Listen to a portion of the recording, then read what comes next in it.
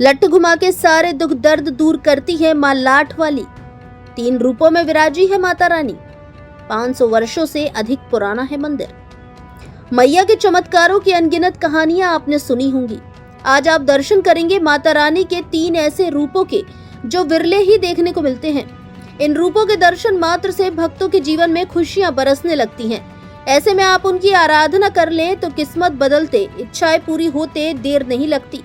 जहां एक कच्चा नारियल और नेजा चढ़ाने से माता रानी का आशीर्वाद मिल जाता है। नवरात्र और शनिवार को माता रानी के दर पर विशाल मेला भी लगता है। यही नहीं, उनके बारे में कहा जाता है कि माता रानी ऐसा लट्ठ घुमाती हैं कि भक्तों के सारे दुख दर्द दूर हो जाते हैं।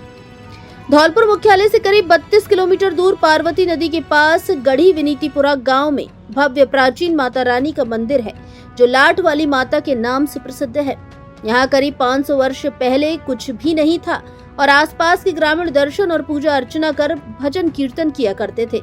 जनश्रुति के अनुसार यह मंदिर करीब 500 वर्षों से भी अधिक पुराना है। उस समय माता रानी की मूर्ति पीलू के पेड़ के नीचे पत्थर की चौके से बने छोटे से मंदिर में थी।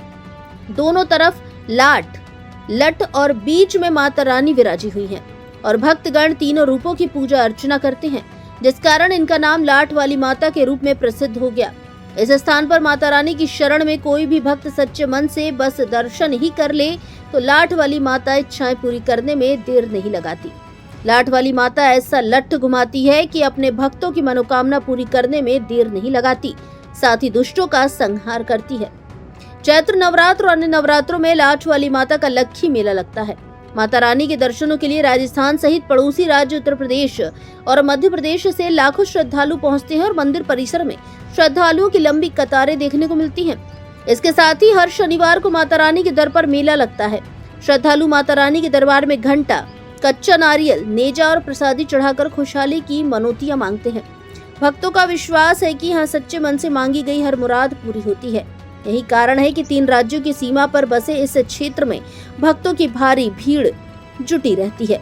भक्तों की इच्छाएं पूरी होने पर माता रानी के दरबार में श्रद्धालु घंटा, नेजा, सिंदूर एवं कन्याओं को जमाते हैं। मान्यता है कि कोई भी अपराधी इनके दान को खाता है या कोई वस्तु या चीज ले जाता है या अपराध करता है तो उसको माता सजा देती है। मां लाठ वाली के आशीर्वाद से जहां लाखों लोग अपनी मनोकामना पूरी करवा चुके हैं, तो वहीं आज भी लाखों श्रद्धालु मनौती मांगने के लिए कतार में लगने को तैयार हैं।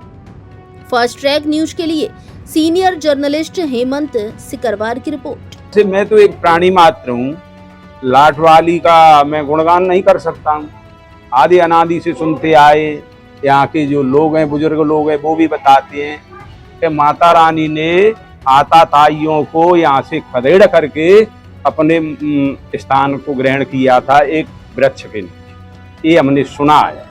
लाठ वाली माता का नाम इसलिए लाठ वाली पड़ा क्योंकि ये जैसे पुराने अस्त्र होते थे और उन पे नहीं था तो उन पे पत्थर की लाठ थी, आज भी मौजूद है, उसको घुमाती थी आताताइयों के वध करने के लिए। ये मैंने सुना है। चारों नवरात्रा में भीड़ होती है, हर शनिवार को भव्य मेला भरता है।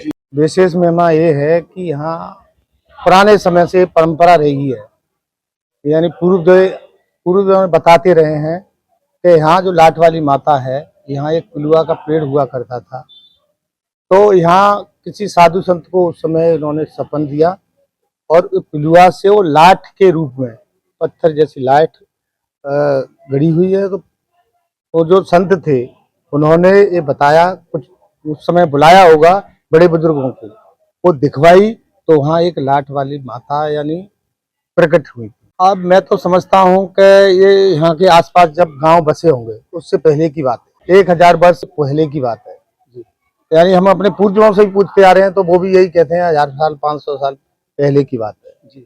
तो ये परंपराएं यहाँ चलती हैं।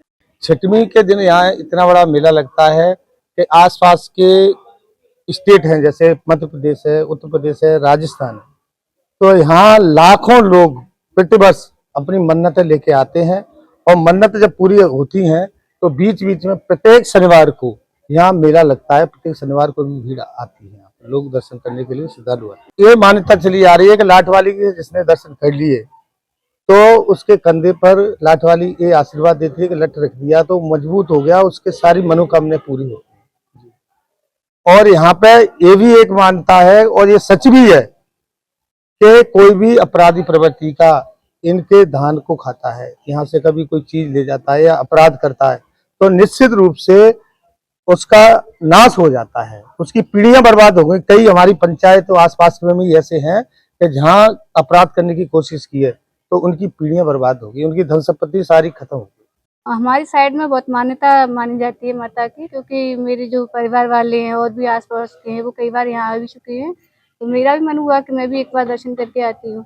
लेकिन ये जो माता रानी है इनके बारे में काफ़ी सुना था। बिंदीपुरा में पड़ती हैं और यहाँ एक पार्वती नदी है, इसके किनारे का मंदिर है। यहाँ का जो ये मंदिर है माता का वो बहुत ही प्रसिद्ध है। यहाँ मेला भी पड़ता है माता का और काफी प्रसिद्ध माता है, सबकी मनोकामनाएं पूर्ण करती हैं। मुझे लगा कि शायद मेरी भी पूरी हो जाए, इसलिए मैं आई।